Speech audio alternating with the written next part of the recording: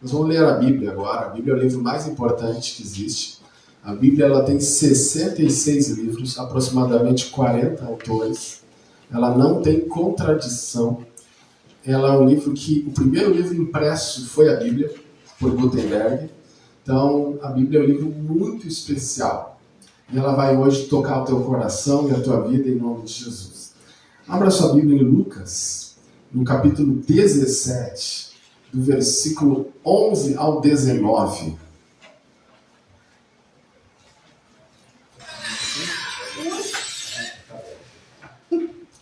Lucas, capítulo 17, versículo 11 até o 19.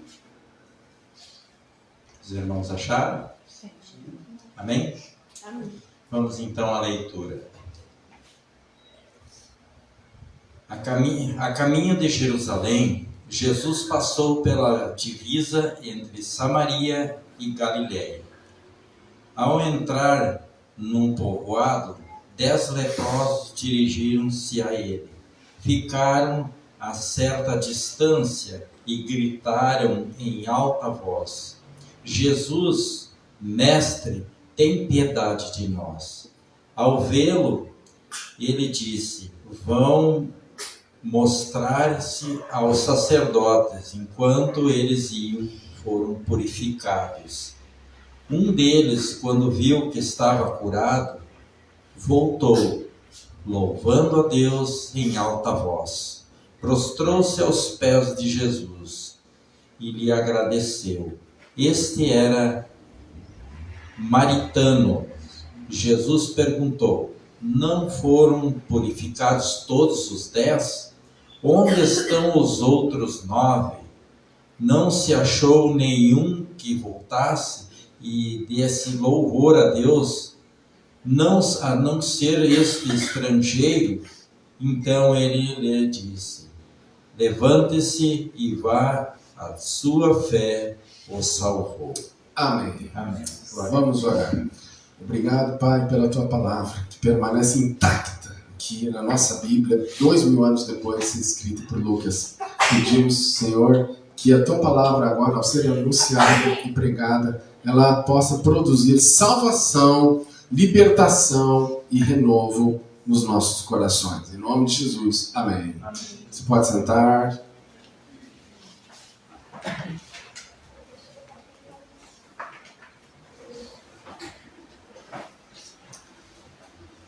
O tema da mensagem de hoje é: onde estão os outros 9? Onde estão os outros 9? Esse tema, ele nasce a partir do versículo 17. Porque no verso 17, Jesus faz essa pergunta, né? Onde estão os outros 9, né? Porque o próprio verso 17 aponta que 10 foram purificados, 10 foram curados, mas apenas um voltou. Então, nós vamos falar sobre isso hoje, porque isso tem tudo a ver com a realidade nossa hoje, né? A pergunta do verso 17, onde estão os outros 9, ela não é só uma pergunta, ela é uma denúncia, ela é uma acusação. Jesus está denunciando onde estão os outros 9, né? Não foram 10 purificados, verso 17, onde estão os outros 9? O que nós aprendemos aqui, irmãos, é o seguinte: muitas pessoas são abençoadas por Jesus. Muitas pessoas recebem milagres, curas e livramentos de Jesus, mas poucas voltam, né? A partir da porcentagem aqui de Jesus no versículo 17, quantas pessoas, a cada quantas pessoas uma volta? A cada 10 pessoas, uma volta para agradecer. É interessante que, vou dar alguns exemplos práticos, você vai me entender. Uma pessoa sofre um acidente de trânsito. Se arrebenta lá o carro, moto, ou até mesmo acidente aéreo, o avião cai, cai do avião, ótimo. Cai o avião. O que a gente pensa quando uma pessoa ela recebe um livramento de um acidente de trânsito? O que a gente pensa? Agora essa pessoa ela vai se firmar. Não é assim que a gente pensa? Agora, pelo amor de Deus, depois dessa, depois desse acidente de moto, depois desse acidente de carro, não, essa pessoa vai se firmar com Deus agora. E ela se firma? Não. Cada 10, aquilo causa um impacto espiritual nela e ela vai se aproximar de Deus. Cada 10, 9 não se aproximam. Continuam, passou um susto, é que nem criança, né? Passou. Passou os soluços, passou o susto, a pessoa volta à mesma vida. Segundo exemplo, cirurgias. Oramos agora por uma cirurgia, não é o caso do Alexandre, mas o caso de muitas pessoas. Vão passando uma cirurgia e o médico chama a família e fala, olha, já vão se preparando, já vão procurando funerária, porque a situação dela é gravíssima. E então, irmãos, de repente, você fica ali no corredor do hospital esperando, sai o médico com um sorriso de orelha a orelha. Ele sobreviveu. E os médicos falam assim pra gente, né? Eu não sei se você tem algum Deus, mas se você tem, comece a agradecer a Ele. Os médicos falam assim, né? Então, e aí a gente fala, nossa, agora ele vai se firmar. Agora ela vai para a igreja, ele vai se batizar, ela vai abandonar os pecados, porque olha o livramento que Jesus deu. E ela se firma? Então nós aprendemos, irmãos, em exemplos simples, o que Lucas está registrando aqui. Muitas pessoas terminam a sua vida com muitos livramentos, mas não se aproximam de Jesus. E a sua experiência de livramento, cura, não faz elas se aproximarem. E isso para nós às vezes é angustiante. Não adianta. Elas não se arrependem. Não abandonam o pecado e não se aproximam de Cristo. Olhamos para o ano de 2023. O ano de 2023 encerra. Quantos brasileiros receberam bênçãos de Jesus em 2023? Quantos brasileiros receberam livramentos em 2023? Quantos? Todos. Mas onde, verso 17, onde estão os outros 9? Cadê eles?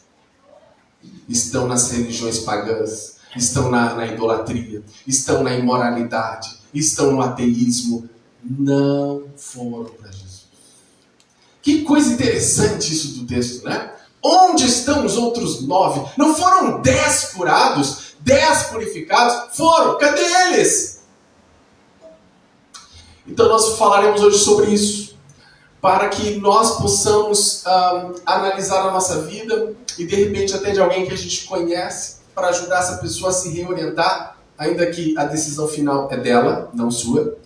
Mas a gente tenta ajudar as pessoas a se reorientarem, porque nós somos um povo extremamente ingrato. O brasileiro, ele é extremamente ingrato, porque a gente mora num país tropical abençoado por Deus, né, irmãos? Mas mesmo assim, nós somos um país idólatra, nós temos uma padroeira. Nós temos uma padroeira, nós somos um povo extremamente envolvido com o sincretismo religioso, somos um povo com altos números de alcoolismo, de drogas, nós somos um povo que não quer saber das coisas de Deus. As igrejas que mais crescem são neopentecostais, isso é apavorante e deprimente, são as neopentecostais da teologia da prosperidade, que mostram que o povo brasileiro não gosta de Bíblia. Então, onde estão os outros 9? Onde estão os outros 9? Bom, vamos falar então um pouco sobre isso. Em primeiro lugar, a primeira característica de uma pessoa que adentrou o caminho da ingratidão a Jesus, né, é a primeira que ela esquece que um dia ela orou para Jesus. Sim ou não? Ela esquece. O seu filho, com todo o respeito, ele esqueceu que um dia ele orou para Jesus. A sua filha esqueceu que um dia, quando ela estava muito mal, ela orou. O seu pai, a sua mãe, esqueceu. As pessoas esquecem. E é interessante que é isso que o texto aponta. No versículo 11, você vê Jesus caminhando. E Jesus está caminhando para uma cidade. O nome da cidade? Jerusalém. Jerusalém é a cidade mais importante da Bíblia.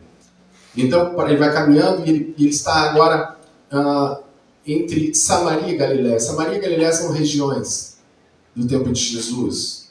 E então ele entra no versículo 12 num povoado. E esse povoado tem 10 homens.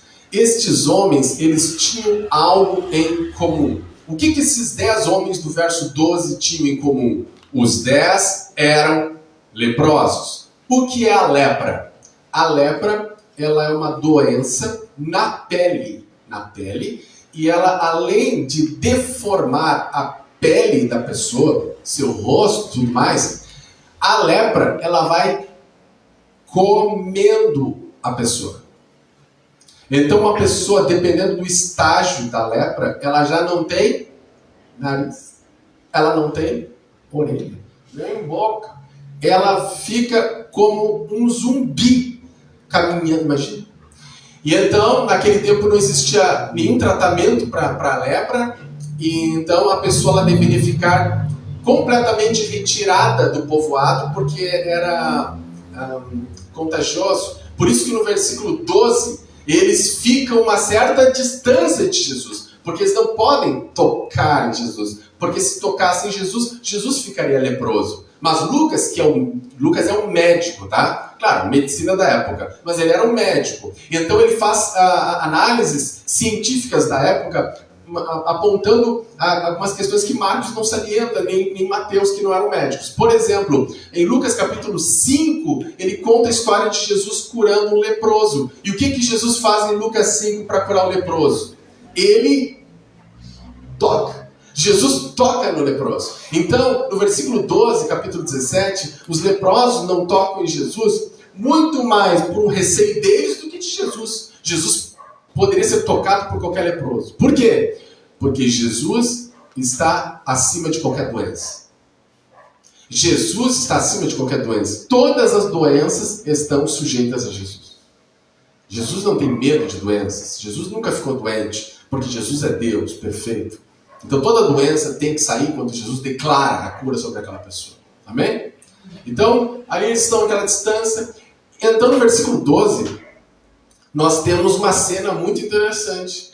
Que a gente não pode sair lendo versículos, a gente tem que tentar visualizar. Eu quero que você visualize o verso 12. De um lado, Jesus, o doutor da vida, aquele que cura, aquele que para ele não tem doença. Jesus declara a cura, o cego enxerga, o surdo ouve, o paralítico anda.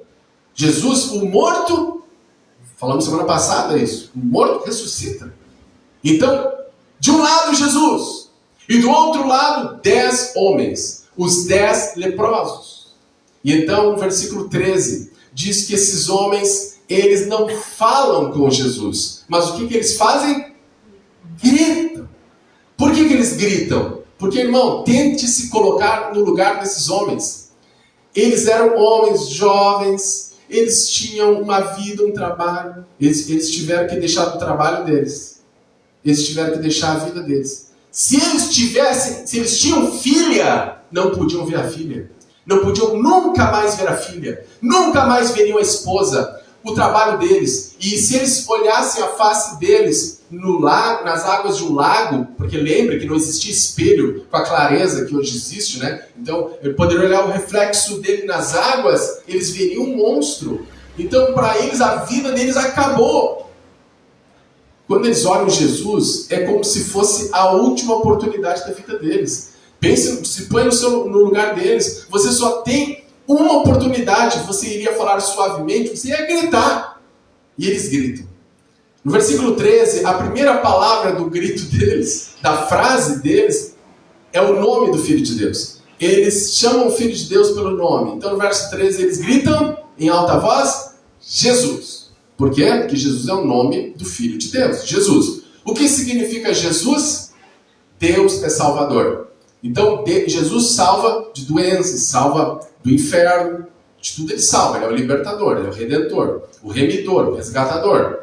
Então quando eles gritam Jesus, eles estão invocando o nome mais poderoso que existe. Eu lembro de uma música que eu cantava anos atrás, que era uma música que dizia assim: Teu nome, Jesus, é mais doce do que o mel, tem poder e glória. Teu nome, Jesus, leva o pecador ao céu, traz vitórias. Em teu nome, os feridos são curados. Teu nome, Jesus, tem poder para mudar minha história. Amém? Então eu cantava isso, né? Mas essa música, ela fala sobre isso, o poder de Jesus. E esse texto fala do poder do nome de Jesus. Eles clamam o nome de Jesus. Posteriormente, após dizer o nome de Jesus, no verso 13, eles falam sobre uma das funções de Jesus. Uma das funções de Jesus é ensinar. Então eles chamam Jesus de mestre. No momento que eles chamam Jesus de mestre, eles se chamam de alunos, naturalmente. Porque se eu te chamo de mestre, eu me coloco na condição de aluno. Então agora nós temos um mestre e 10 alunos leprosos, né? E eles falam agora um pedido, eles vão fazer um pedido no verso 13. E o pedido é: tem piedade de nós. A palavra piedade nesse contexto significa misericórdia, compaixão, pena. Deus, tem misericórdia de nós. Nos nossos dias, como é que nós falamos com Jesus? É orando. É assim que a gente faz para falar com Jesus, orando. No tempo de Jesus, não. Bastava você falar. Como é que você orava para Jesus? Falando com Jesus. Hoje, como é que você fala com Jesus? Orando. Então, no versículo 13, nós temos uma oração? Temos. Nós temos uma oração no verso 13. Porque eles estão falando com Jesus. E lembre a diferença de rezar para orar. Rezar é uma repetição, orar é uma conversa, uma fala. Então no verso 13 nós temos uma oração. Eles estão orando, eles estão clamando, estão pedindo: Jesus, mestre, tem misericórdia de nós. No entanto, no versículo 15, no versículo 14 eles recebem a cura, e no verso 15, só um volta. E então por isso que no versículo 17 vai ter essa pergunta: tá, onde é que estão os outros 9? Os outros 9 esqueceram do que aconteceu no verso 13. Os outros 9 do verso 17, eles esqueceram o que aconteceu no verso 13. O que aconteceu no verso 13? Eles oraram. Quando eles estavam mal, eles oraram. Quando estavam leprosos, eles oraram. Quando o pau estava quebrando, eles oraram. Mas agora que a doença foi embora, agora que o casamento restaurou, agora que o emprego chegou, não há mais nada. Agora que o perigo do acidente foi embora, não há mais nada. Irmãos, nós precisamos olhar para nosso coração para ver se nós não temos feito o que os leprosos desse texto fizeram. Só lembramos de orar para Jesus quando a vida nossa vai mal. Como é que nós terminamos o ano de 2023? Gratos ou ingratos? Talvez ingratos.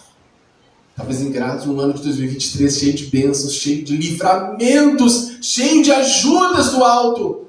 E a gente termina com uma vida de oração nota 0. Um ano de 2023 cheio de ajudas, cheio de livramentos, mas olha a nossa vida de oração. É um desastre. Culto de oração, não viemos. Não dá para ver.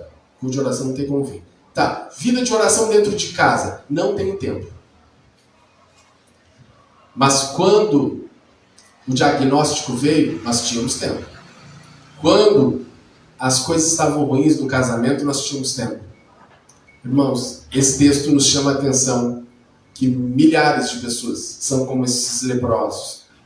Quando estão ruins, quando estão mal, elas vão a Jesus sim, elas clamam a Jesus sim, pedem piedade de Jesus sim. E Jesus, que é maravilhoso, as ouve. Porém, depois, irmãos, que o perigo passa, ou que o perigo não chega, porque Jesus impede que perigos cheguem, essas pessoas esquecem de Jesus. Eu quero te perguntar uma coisa. Você lembra de algum dia esse ano que você estava muito mal e você orou para Jesus e Jesus te respondeu? Você lembra de algum episódio, de repente você foi acordado e você não, por algum cachorro, vizinhos, de madrugada, você não conseguiu mais dormir. Você foi assaltado por uma insônia. E a sua cabeça não conseguiu mais dormir, porque você só pensava nos seus problemas, você só pensava no seu casamento, na sua saúde, nos seus filhos, você só pensava em tantas questões do trabalho, e você ali naquela noite, talvez eu esteja descrevendo alguém aqui essa noite. Você naquela noite, você ficava orando, Senhor, me ajuda Jesus, me ajuda Jesus. Você lavava a louça dizendo, me ajuda Jesus. Mas agora que Jesus te livrou daquele mal lá de agosto, lá de fevereiro, que Jesus te tirou daquele mar confuso que você mesmo se envolveu, ou não, ou que você não se envolveu, você foi acometido, Jesus te ouviu, teve misericórdia. Cadê aquela mulher de oração agora? Cadê aquele homem de oração? Será, irmãos, que a gente só funciona no empurrão? Será que a gente só funciona no tranco? A gente só funciona debaixo de pressão e ameaça? Quando é que nós vamos ter um relacionamento de pai e filho? Ou, no caso de Jesus, de servo e senhor? Quando, irmãos? Quando que você vai ser visto como uma mulher de oração? Você vai ser visto como um homem de oração? Quando? Será que é sempre porque uma doença veio? Porque um acidente chegou? Porque uma luta chegou? Quando é que nós seremos conhecidos por Deus como homens e mulheres de oração? A segunda característica que esse texto nos aponta, que o caminho da ingratidão aparece, é quando nós esquecemos da palavra de Jesus. Nós esquecemos. No versículo 14, a palavra de Jesus é a seguinte: vão mostrar-se aos sacerdotes. Por que ele fala isso no verso 14? Ele fala isso porque na lei de Moisés, após a lepra ir embora, eles deveriam se apresentar para os sacerdotes. Os sacerdotes eram os pastores do Antigo Testamento. Então eles deveriam lá apresentar-se e aí sim voltarem à convivência familiar e social. Então, quando Jesus falou, podem ir, é interessante o texto diz. O texto diz que eles só foram curados na caminhada. Jesus não disse para eles, receba a cura agora. Jesus fez isso? Não. Ele só disse, vão mostrar-se aos sacerdotes. E eles foram leprosos. Verso 14 diz, eles vão leprosos. É no caminho que eles recebem a cura. E é por isso que no versículo 19, Jesus elogia a fé de um dos que voltaram. Porque eles tiveram fé. Jesus falou que iria curá-los, eles tiveram fé e receberam a cura. Mas a pergunta que fica é a seguinte: será que nós só nos interessamos com as palavras de Jesus até a cura vir? Será que nós só nos importamos com a palavra de Cristo até o livramento chegar? Você já observou uma pessoa em crise emocional, depressão, estresse, síndrome do pânico, crise familiar, de dinheiro? Já observou? Não falta um culto. Não falta um culto. E na hora da pregação, faz anotação. O pastor vai pregando, vai anotando. Escola bíblica é a primeira a se inscrever. Por quê? Porque o pau está quebrando. E ela sabe que só a palavra de Deus pode nos tirar dos vales. Só a palavra de Deus pode nos tirar dos vales. Só a palavra de Deus pode nos tirar dos poços. Só. Não tem mais outro caminho. Só a palavra. Então a pessoa vai lá, estuda a palavra, faz discipulado, lê a Bíblia, todo dia ela lê a Bíblia. Aí Deus vai orientando ela pela Bíblia e pelo conhecimento da Bíblia ela vai saindo do poço, vai saindo do buraco, vai saindo e a palavra vai. E ouve a pregação e ajuda mais um pouquinho. E faz o estudo bíblico, ajuda mais um pouquinho. Faz o discipulado, ajuda mais um pouquinho. Aí vai melhorando, pronto! Meu casamento não está mais em perigo. Pronto! A depressão agora se ajustou. Pronto! A ansiedade foi embora. E aí, irmão, o que tu vai fazer agora? Agora tu vai se firmar, né? Não lê mais a Bíblia. Não participa de estudo bíblico nenhum. E vai na igreja quando dá. Onde estão os outros 9? A palavra de Jesus só serve enquanto a lepra está no corpo. Vindo a cura, não há mais necessidade. Esse texto fala sobre ingratidão. Pessoas que usam Jesus, usam a palavra de Cristo, mas após alcançar o que querem, elas abandonam Jesus. Dos 10, um tornou-se discípulo de Cristo. Dos 10, um voltou para dizer, obrigado, Jesus. Irmão, Como está a sua vida devocional? Lembra que quando você estava mal, você não faltava um culto e prestava atenção na pregação. Hoje conversa, pregação. Quando as coisas estavam mal, você se inscrevia nos cursos de escola bíblica porque você sabia que a palavra de Deus alimenta a gente e nos ajuda a ter noção do que devemos fazer. Porque senão a gente age pelo emocional. E nós não devemos tomar decisão pelo emocional, mas pela palavra. Como está hoje a sua vida de estudo da palavra? Irmãos, a palavra de Deus, diz o Salmo 119, verso 105, ela é lâmpada para os nossos pés e luz para o nosso caminho. Não adianta a gente simplesmente, quando as coisas vão mal, ler a Bíblia todo dia. As coisas vão mal, faz devocional. As coisas vão mal, se inscreve na escola bíblica da igreja. As coisas vão mal, presta atenção na pregação, que não pisca. Mas aí Deus é piedoso contigo. E o casamento se acalma, os filhos se acalmam, a doença se acalma, tudo se acalma e a sua fé se acalma também, ao invés de se avivar. Será que Deus não está chamando a nossa atenção, de você que me assiste em casa também, não está chamando a nossa atenção? Meu filho, você só ama a minha palavra quando as coisas vão mal. Minha filha, você só tem desejo pela Escritura, como a corça anseia por águas, só quando as coisas vão mal. Quando as coisas se acalmam, a Bíblia fica em segundo, terceiro e quarto plano. O estudo bíblico, quinto, sexto plano. A hora da pregação você despreza. No momento da mensagem, você despreza. O que Deus nos está falando a cada coração agora? Não sigamos o caminho desses leprosos que são citados no verso 17. Esses 9 leprosos.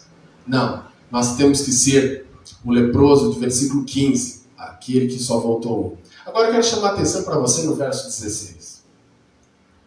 No versículo 16 fala uma característica que até então não foi falada sobre o leproso que voltou.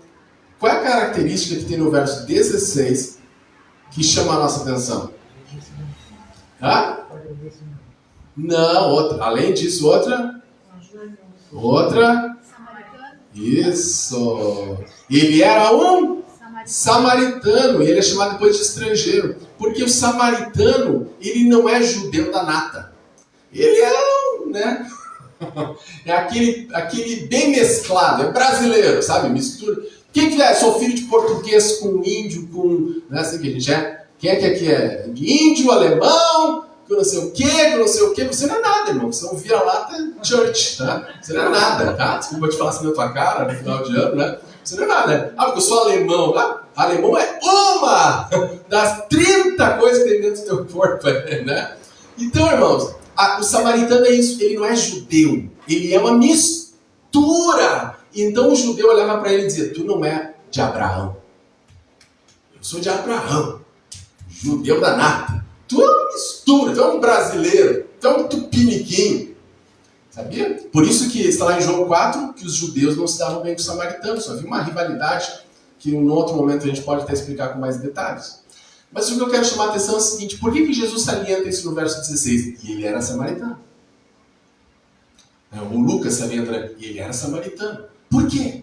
Por que essa saliência que ele era samaritano? Sabe por quê?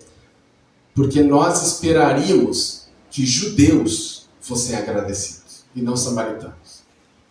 Porque o judeu é o povo da aliança. Sabe o que nós aprendemos, irmãos? Existem pessoas dentro de uma igreja que você tinha certeza que após o livramento elas se firmariam. Mas elas não se firmam. E existem pessoas dentro de uma igreja que são samaritanos. Você acha, não, esse aí não se aguenta. Depois dessa luta, ele vai embora. Depois dessa luta, ela vai embora. Irmãos, os samaritanos são aqueles irmãos da igreja problemáticos, fracos na fé, carnais, mas eles não vão embora porque eles têm a virtude da gratidão a Cristo. Irmão, é melhor ser um samaritano agradecido do que um judeu ingrato. Que Deus possa renovar a nossa fé aqui hoje.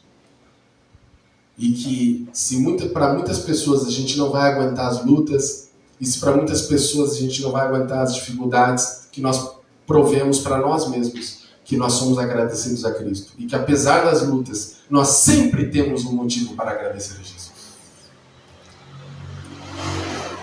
Vamos para a conclusão da mensagem de hoje.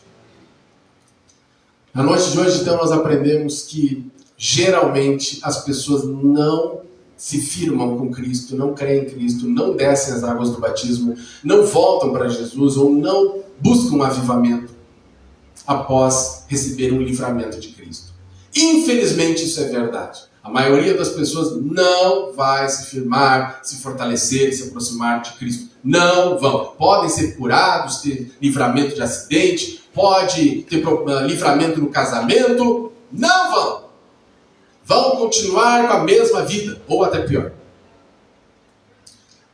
E nós vimos que isso é causado por duas coisas. Número 1, esquecem que quando estavam mal, oraram e Jesus os ouviu. Eles esquecem. Esquecem daquela noite no apartamento, daquela noite no sítio, daquela noite no meio da rua. Esquecem.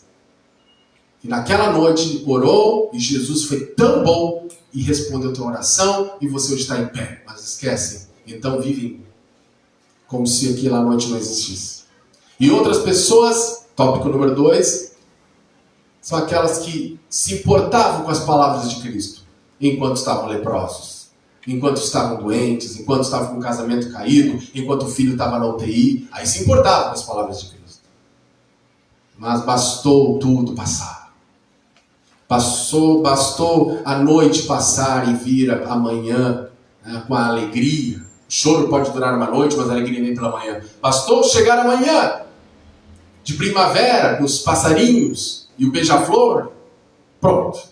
A Bíblia já não me interessa, eu já discordo da Bíblia, eu já não leio a Bíblia, a palavra é pregada, eu mexo no celular, eu olho para cima, a palavra é desprezada. O curso de escola bíblica não participo de nenhum, porque não me interessa saber o que a Bíblia diz. Eu não me importo com o que a Bíblia diz. Eu vou vivendo aqui nos meus insights, eu vou vivendo aqui na minha experiência de vida. Eu não preciso saber o que a Bíblia diz. Mas quando estava mal, quando as coisas andavam mal, aí a palavra de Deus importava. Irmãos, isso se chama ingratidão. Quando nós só lembramos da palavra de Cristo, quando nós temos algum problema, e depois que o problema vai embora, irmão, isso é ingratidão, porque Jesus foi bom contigo. Jesus foi maravilhoso conosco. Você que me ouve em casa, nós aqui, que nosso coração esteja hoje transbordando de gratidão. Porque nós tínhamos um problema. Não era lepra. É pior que lepra. É pior que câncer. O problema que a gente tinha chamava-se pecado. E o salário do pecado é a morte. Mas Jesus nos curou. E nós estamos sãos e salvos. E nada poderá nos separar do amor de Deus que está em Cristo Jesus. Mas que nós possamos viver de acordo com essa identidade. E não como filhos ingratos que não reconhecem que quando a gente gritou, tem piedade de nós, Ele teve. Ele teve. Hoje é o último culto do ano e essa mensagem, ela então cai como uma luva. Culto de gratidão, falar sobre ingratidão. Que Deus possa ter aberto o teu coração, porque eu não posso fazer isso. Aberto a tua mente, porque eu não posso fazer isso. E aberto a minha mente e o meu coração também. E que nós sejamos uma igreja com muita gratidão, porque Jesus é a pessoa mais importante que apareceu na nossa vida. Vamos orar. Deus, obrigado por Jesus. Porque um dia nós tínhamos uma lepra espiritual, uma doença espiritual. E teu filho Jesus veio ao mundo e nos curou dessa lepra na cruz, sofrendo uma morte vil e injusta, e hoje nós estamos salvos pela graça. Além do fato de nós termos testemunhos em tantas áreas da nossa vida de livramentos, alguns aqui têm testemunho de cura. Quando estavam doentes, oraram para o teu filho o curou, e hoje eles não usam nem remédio, estão curados, porque o Senhor assim quis. Outros aqui têm livramentos de acidente de trânsito. Não eram nem para estar aqui. Mas naquele acidente, daquela moto, daquele carro, daquele ônibus, daquele caminhão, lá estava o Senhor. Livrando.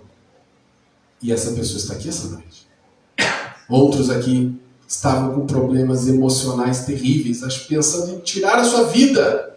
Mas lá estava o Senhor, afastando as facas, afastando os remédios tranquilizantes e colocando no coração dela: você é minha, eu tenho um plano na sua vida. Deus, todos nós aqui somos devedores. Todos nós aqui, de alguma forma, fomos tão agraciados em 2023. Então, Pai, faça com que nós não esqueçamos da oração. Que nós, se nós temos nos distraídos quanto à oração, que essa mensagem possa nos lembrar que o Senhor quer ter um relacionamento conosco. Que o Senhor quer que conversemos contigo, que falemos contigo, Deus. Porque o Senhor é a pessoa mais maravilhosa que apareceu no nosso caminho. Antes do Senhor aparecer, o nosso caminho era escuro. Antes de o Senhor aparecer, nós só ouvíamos demônios e a voz do diabo que dizia: morte, morte, morte, morte. Mas o Senhor apareceu na nossa vida. E o Senhor iluminou o nosso caminho. E desde então tem dito: vida, vida, vida, vida. O Senhor morreu pelos nossos pecados. Oh Deus, obrigado pelo Teu Filho que morreu por nós. Obrigado pelo Espírito Santo que nos convenceu que Jesus é o Salvador. Nós trazemos à mente, Pai querido, que quando estávamos mal, nós líamos a Bíblia, líamos a Bíblia. Passávamos tardes lendo a Bíblia, porque no fundo nós sabíamos que é na palavra que está a nossa cura e a nossa vitória. Mas depois que a cura veio, depois que o livramento veio, depois que a restauração chegou, a nossa Bíblia está empoeirada. Nós fugimos dos cursos bíblicos da igreja.